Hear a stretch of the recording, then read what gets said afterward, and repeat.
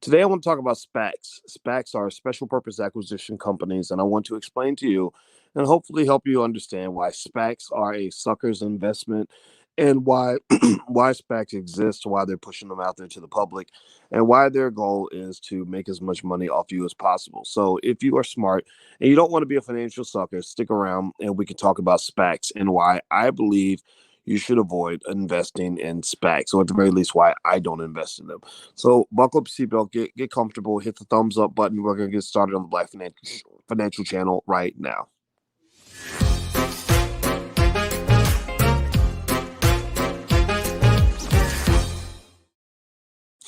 Hey, what's going on, guys? Welcome to the Black Financial Channel. That's theblackfinancialchannel.com. My name is Dr. Boyce Watkins. What's going on, everybody? I see Nathaniel Lockridge and Brad Alex. Brad Alex is asking who wants to get paid through a Cash App. Brad, it looks like you're spamming my chat. You can't do that. Twan Burgess, William Williams, how you doing? Terry Cobb, good to see you, brother. Emel Marcos, what's up with the Vietnam dong? I don't know. I gotta look it up. Cheryl Hall, Latoya Young, Linda Merriweather, and Jacinta Husky. I just want to say hi to everybody. And also, don't forget that we talk about wealth on this platform every day, several times a day, but we do it from a Black perspective. So if that's not cool with you, then you should probably go somewhere else. But if you like Black people and you care about the Black community and you care about Black wealth, then hang out with us. I'll put a hashtag B1 in the chat, and also hit the thumbs up, share, subscribe button. And if you haven't gotten started on investing and you want to learn how, there's a free training that I put together for you at firstshareofstock.com. The URL is right there on the screen. All right, so Jolanda McLaughlin. Oh, that's a nice name. You know why that's a nice name? Because I'm going to get married very soon, and the lady I'm marrying, that's her last name actually, but I'm about to change that last name, so she's gonna be a Watkins pretty soon. So there will be two Dr. Watkinses in my family, but actually three. My sister's Dr. Watkins too, so we just smart Black people over here. All right, so here's what I want to break down for you. I want to talk about SPACs. Give me a yes or no. How many of you have ever heard of SPACs or know what they are? SPAC stands for Special Purpose Acquisition Companies. Give me a yes or no in the chat if you've heard of SPACs or seen SPACs. SPACs basically are this interesting investment instrument that is in contrast to the traditional IPO. An IPO, you probably know what an IPO is. If you don't, let me explain. IPO is initial public offering. That's when the company goes public and makes their shares available to the public. Well, a SPAC is a way to kind of get around the IPO process. It's basically what they call a blank check firm, where they raise a bunch of money, put it in escrow, and then they go and then they go public, and then they go look for a target to acquire. Now, here's the thing about SPACs. A lot of you've heard about it. SPACs were released. They've been released by a few Black people. I think that Martin Luther King Jr.'s son is part of a SPAC. Shaquille O'Neal was part of a SPAC. I wouldn't be surprised if other celebrities are part of SPACs. And SPACs have gotten a lot of attention. SPACs have raised tens of billions of dollars last year. In fact, I think they raised more money with SPACs than they've raised in the entire history of SPACs. And the interesting thing about SPACs is the reason that SPACs are doing so well is because people are really hungry to invest. A couple factors that tend to drive SPAC prices and what people are willing to pay for them is sort of the enthusiasm of investors in terms of what the market and economic conditions are, and also what they call the risk appetite of investors. Investors do not they're not afraid of losing money right now. They're walking the tightrope and they're not scared to fall. So a lot of SPACs are making money hand over fist. They are making so much money for the insiders that create these SPACs that it's ridiculous. Well, SPACs have actually come under scrutiny lately. And the reason is because unfortunately, even though the insiders of these SPACs, the originators, what they call the sponsors, the creators of these SPACs are getting paid like crazy, the investors, the regular people, you and I, regular people who buy, after the company goes public, are getting spanked. You're getting spanked by the SPACs. The SPACs are losing money hand over fist. SPACs are a terrible investment. SPACs are tremendously overpriced. And most of the academic research supports the idea that SPACs are for suckers. SPACs are overhyped. And I'm going to kind of explain a little bit that to you in a second. If you could, do me a favor, hit the thumbs up, share, subscribe button. Viral Wolf says SPACs sound like the GoFundMe for millionaires. That's not a bad way to look at it. It's not a bad way to look at it. I mean, think about how a GoFundMe account works. You have a story, and if the story's good, people buy your story. They give you money. You raise more money if your story is really compelling. And so you have people that go on GoFundMe and either over dramatize what they've gone through, or they just make something up and people put money into it. Well, SPACs are actually, that's a good comparison. And the reason I say that is because one of the criticisms that regulators have of SPACs, which were designed to get around regulatory scrutiny, they were designed to avoid the radar of the authorities, right? Anybody trying to hide from the popos, there's a good chance they might be up to no good, right? So these companies are trying to avoid regulatory scrutiny, and they're allowed to do certain things that IPOs are not, that IPOs don't allow you to do. For example, when these companies go public, founders have been accused of hyping up the numbers and just lying, just flat out. You ever see where somebody you ever see where somebody like starts a business and they swear to you that the business is going to make $100 million in 2 years. I remember one time I had a young lady that came to intern for me. She was at Spelman. She was a real smart young lady, and it was really funny because I said, "So what are your goals in life?" And because first thing she said was, she said, "I don't think I can come and work with you." And I said, "Well, why not?" And she said, "Because I have big goals." I said, "Well, what are your goals?" And she said, "I want to be as rich as Oprah in 2 years." And I said, "What?" And she said, "Yeah, I think I can have as much money as Oprah by the time I'm 22 years old." And I didn't want to tell the little girl that that wasn't possible, because I don't believe in the word impossible. I believe I'm possible. I believe that you can do anything you put your mind to. But man, you are testing the limits of everybody's imagination with that one. You at Spelman, my lord, the women at Spelman are as brilliant as they come. But to be as rich as Oprah, it's like, you do know it took Oprah 40 years to become Oprah, as rich as Oprah is right now. You knew that took a while. And it didn't matter. It didn't matter. And poor thing, I think she dropped out of school, got pregnant, and 10 years later, I heard from her again. I don't think she made Oprah money, but I'm sure she's doing fine. I'm sure she's a great mom.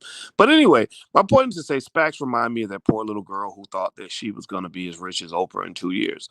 There are people that will lie to you when you listen to. One thing you got to be careful about is anybody's projections of how great their company is going to be. Nobody starts a company and says, "Oh yeah, well, we expect to lose money and we expect to be bankrupt, and we think we're going to do okay. We're not going to succeed at anything that we try to do, or maybe we're going to succeed 50% of the time." No, the projections are very, very, very optimistic.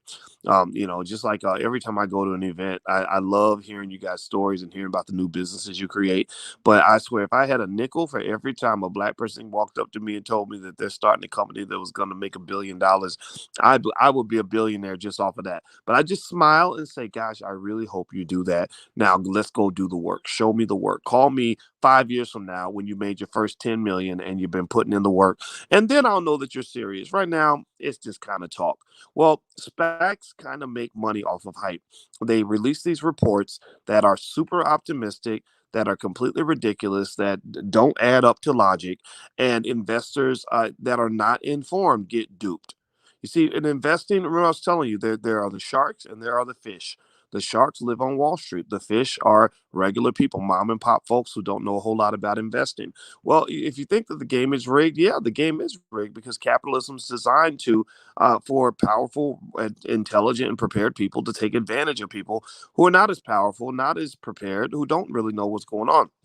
So that's why you have things like the Securities and Exchange Commission and securities laws, which are designed to protect you from that. That's why you have disclosure laws. That's why you have laws that say that you got to tell us everything and anything. We're going to do an anal probe on your company and from every angle to make sure that you're not trying to pull a fast one on the American public. And those laws actually work. Those laws really do work. Again, the system ain't perfect, but this is one area where they do get it right. They make the companies disclose information. SPACs are designed to get around that. So, if you want my conclusion on SPACs, I would encourage you to be extremely, extremely careful, because SPACs are a sucker's investment. SPACs are an example where the sharks are taking advantage of the fish. SPACs are cases. Let me tell you how the sharks take advantage of the fish. Actually, I'm going to break that down for you in a minute. Do me a favor. Could you take this 1 second, please? Hit the thumbs up button. Hit the thumbs up, share, subscribe button if you have not done it yet. We're trying to build black media, and we ain't got white people paying the bills, so we kind of need y'all to help us kind of grow. So if you could jump in. I mean, my God, if I were white, I wouldn't pay pay any of my bills. Why would any white company want to be a part of what we're doing? Because we're a little bit too we're a little bit too honest on this platform, but I don't mind it. We can get it. We can pay our own bills, but we can use your help just in terms of supporting. Hit the thumbs up button, share, subscribe button, and also something we're doing for free in the Black Business Schools. We're doing Black Movie Night on Thursday. We love to support Black filmmakers because we want to play a part in building a Black-owned movie industry. We're doing that right now. It's getting done. These movies are being seen by millions of people without the support of Hollywood. So we're checking out a film this week. Actually, it happens to be executive produced by Shaquille O'Neal, and it's called Steps. And you get to watch it for free on Thursday. Just go to blackmovienight.net and sign up. All right, so let's keep going. All right, so SPACs in a way are kind of they remind me of crypto when crypto first kind of emerged as a big thing around 2016, 2017.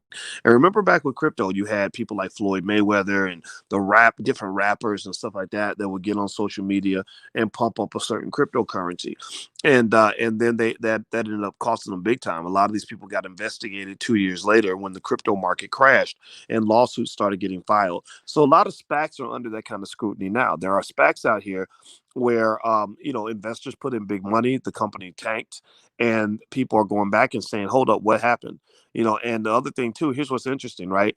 In a way, it's kind of like, imagine this. Think about this, right? If you're a gangster, let's say you're a member of the mafia, or you're a Crip or a Blood, and let's say there's 10 of y'all, right? And y'all all doing dirt together, y'all all riding together, y'all all done got together and did a bank robbery, a drive-by, and you went and sold some dope, whatever y'all do, y'all all doing dirt together, and then the police come in and raid the building, right? And everybody walks away in handcuffs, right? Everybody's locked up, everybody's in trouble, right? But then you find out that even though you got a 80-year life sentence, Pookie got out 3 weeks later. Like, Pookie got out early, right? Pookie's back home with his family and he's doing okay, but you got an 80-year sentence. What's that going to make you say about Pookie? Somebody answer that in the chat for me. Give me a couple of words to tell me, what would that lead you to conclude about something that happened behind the scenes with Pookie? What would that make you think? Well, yeah, it would make you think Pookie was a snitch, right? That Pookie was a snitch. Maybe Pookie was an undercover officer.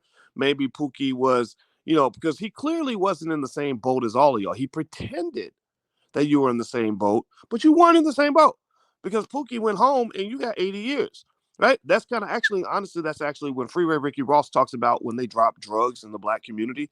That's what he says. He says, wait a minute, I got X number of years in prison, however many years it was. He said, my connect in Colombia, who gave me the dope, who supplied 100 times more dope than I did, he got 18 months. So he knew that guy was working with the feds, right? So what's my point in this? I know this is a colorful example, but it helps you get the point. SPACs are the same way, where the Pookies in the SPAC deal are the insiders who get in early on the deal. This is where SPACs become a Ponzi scheme, because here's what happens with SPACs. When SPACs are created, you have these people, they call them sponsors. I don't know if Martin Luther King Jr.'s son is part of this or what, but these insiders get these sweetheart deals where they get to buy their shares cheap. They get these things called warrants, which are similar to stock options. They're just longer term in nature. And basically this allows them to make money no matter what happens. So when the company goes public and you jumping in late, you showing up to the party late, you're doing like we did last week. Some of y'all make fun of me because we did our Dogecoin experiment. You guys, 76% of you told me to go buy Dogecoin and tell you what happened, what the results are, and we've lost like 30% of our investment, right? And you're like, Boyce, you bought too late, you jumped in too late. So yeah, maybe you're right. Maybe I should have been buying the Dogecoin when it was 5 cents, and I bought it at 38 cents, and now we all looking like suckers, right? But Dogecoin is not a serious investment. It's not a real asset. So please don't even think that I'm in any way saying that that's a good investment. I don't think it is. It was something I did for fun. But the point of the matter is to say that when it comes to SPACs, you get to the party when the party is over. And the worst part about it is not only are you getting to the party late, but you are paying for the damn party. So you done showed up to the party late and paid for the party and didn't even get to enjoy the party. The people who got there early are the ones who enjoying the party. They are partying off of your money. They are partying off the money of the suckers. They are selling these SPACs, putting them out there, making insider sweetheart deals, making themselves rich. And they set up a situation where, see, here's the thing. Here's the thing about investing. If you're a smart investor, one thing you'll try to do is you try to set up deals where you win no matter what. When you see everybody else is speculating, you don't speculate. You position, you regulate. You put yourself in a position where you're going to make money no matter what. When the California gold rush went down, you had all these people that went out to California, looking for gold in their hills, putting it all on the line, all their money going out looking for gold. Maybe 3-4% of them got rich. Then the other 95% got nothing, right? But the people who made money during the California gold rush were not the speculators. It was the people who sold items to the speculators. It was the people who sold food and said, well, after you get done looking for gold in their hills, come stop in my restaurant because you're going to be hungry. Whether you find gold or not, you always going to have to eat. Or Levi sold the jeans and said, okay, you want to go find gold? Let us sell you some blue jeans because these pants are rugged and they can help you get on your knees while you're digging for gold all day. We'll be waiting for you when you come back. You see, so a lot of these SPAC deals, and this is what happens to a lot of athletes, actually. This is why a lot of athletes go broke. The insiders that create these deals set the deals up where they're going to make their money no matter what. One guy I know who plays in the NBA, played for the Utah Jazz, and he follows this platform, and I can't remember the brother's name, but I met him and I really liked him. He was super smart. I was very proud of this young man. And he told me that when he signed his deal with his management team and with his investment advisors, he said they snuck in so many fees that they were going to take no matter. He said they were going to take these fees whether I made money or not.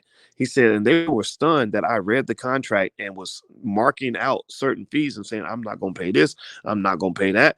Right. So that's the thing. That's why financial literacy is really important. One of the most important principles that a Black person can have is that when you understand what's going on, you're not going to get played like a sucker. SPACs can be defined as a Ponzi scheme because a lot of investors get killed for the same reasons that a lot of athletes go broke. When people set up deals for athletes to invest, they set the deals up where they're going to get their money off the top. And then what they do is they come back and they tell Tyrone, hey, sorry, Tyrone, the bowling alley you invested in, it went belly up. So you lost all your money. But when you go back and you look at the fine print, you'll see where that person was taking a salary or taking a fee or getting a big cut of the money and all the way through the entire process. So they walk away like a predator, literally, or a parasite, and literally just go from one victim to the next.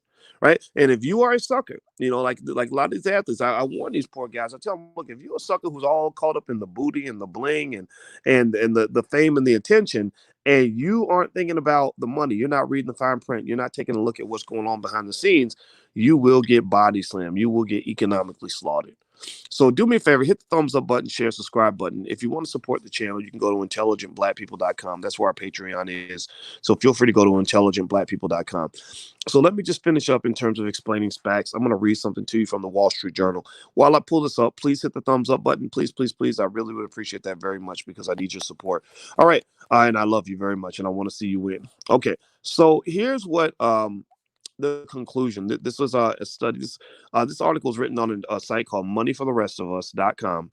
And one conclusion they make about SPACs is this. They said in 2020, a number of prominent investors and media personalities launched SPACs or are considering doing so. For example, former NBA basketball legend Shaquille O'Neal, along with 3 former Disney executives and one of Martin Luther King Jr.'s sons, plan to launch a SPAC that targets tech and media companies. Other media figures that have plans to lead SPACs or are already doing so are former U.S. House of Representative Speaker Paul Ryan, Oakland Athletics executive Billy Beane, who was featured in the movie Moneyball, blah, blah, blah.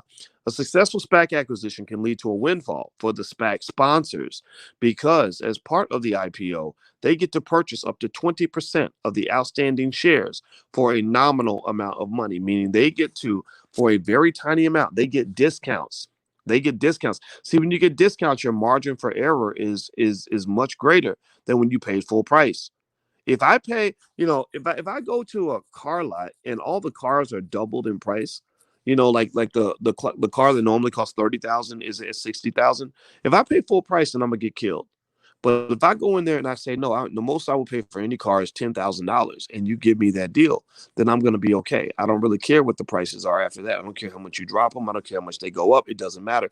So a lot of times when you buy stock, when you buy in the SPAC, when you're late, you're paying full price. They got their shares at a discount, so they could give a crap less if the shares go up or down, because they're going to make money regardless. Your question is, did I make money or lose money? Their question is, did I make a lot of money or did I make kind of a lot of money? Right? Like, there is no such thing as losing money for these insiders. They have a risk-free investment opportunity where there is literally zero probability in most cases that they're going to lose anything. It says SPAC investing has been less profitable for individual investors. Most SPACs underperform the stock market and eventually fall below the IPO price. Given SPACs' poor track record, most investors should be wary of investing in them unless they focus on investing in pre-acquisition SPACs. So what they're saying is the only way you can make money on the SPAC is if you are an insider. If you are a person that gets in on the deal early, then you can make that money. And that tends to go to the rich and the privileged. And this is an example. This is a situation where, excuse me. Sorry, guys. This is allergy season, so sometimes I got to cough a little bit. This is an example of rigged finance. Like when your grandma and your cousin rerun is telling you that the stock market's rigged and all that, then you can say, yeah, Dr. Boyce says SPACs are very rigged. That's definitely rigged, and I agree with you. But there are other parts of the market that aren't so rigged, and the reason is because there is full disclosure. When we've seen situations happen in the Black community that involved money, lots of money, whether you talk about people raising money for schools or people, they're collecting money for certain events or whatever. The key idea is disclosure. Disclosure kind of solves a lot of problems. When you shine sunlight on something, it kills the fungus and it creates a better environment. So the biggest critique I had with Black Lives Matter and what they were doing with all that money was, I said, you need to disclose everything. Tell us you said you have your biggest donors and you won't tell us who they are. Why? What are you hiding? Usually when people hide things, there's a reason they're hiding things, right? So the SPACs don't give the same level of disclosure, which is why a lot of companies prefer SPACs. They also don't require the lockup period. The lockup period is basically designed to protect investors by ensuring that the insiders have to stick around for a while and lose money with you in case the deal goes bad. If you have a situation where they can jump out of the plane and get with a parachute before the plane crashes, and you sitting on the plane as a passenger thinking y'all going to Tahiti, then you're gonna die and they're gonna be okay. They sold you a ticket and got off the plane. You are still sitting on the plane as a passenger, trusting the pilot, even though the pilot has already jumped out the plane. Right. So you have to be really careful about situations like that. The actions of insiders matter. And one other interesting thing about SPACs I want to pull up real quick. Let me grab this real quick. This is very interesting. There was actually an academic study on SPACs. Tim Jenkinson and Miguel Sousa identified a profitable way to invest in SPACs. Their strategy was to purchase a SPAC shortly after the IPO and sell it 1 week after the announcement date when the potential merger was announced. The median return for the strategy was 7.6%.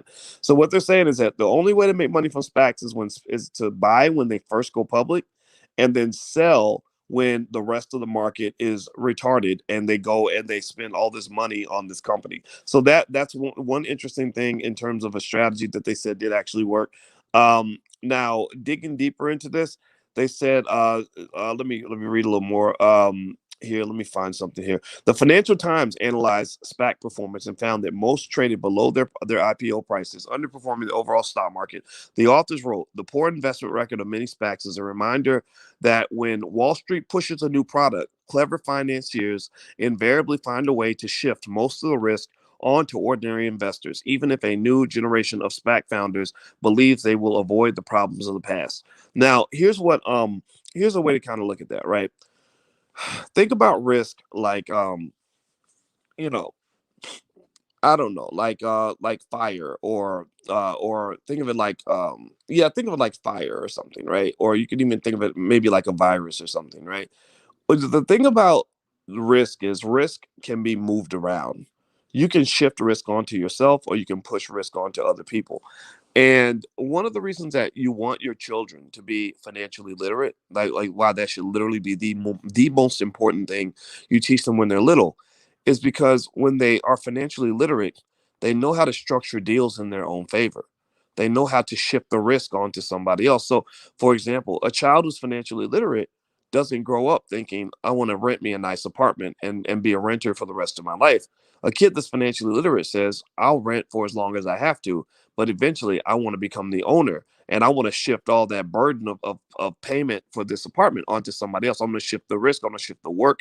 I'm going to shift all of that onto somebody else, and I want to protect myself, right? So ultimately, what happens with these deals is that you have people on Wall Street that are just really savvy financially. They're super smart, and you're always negotiating with these people.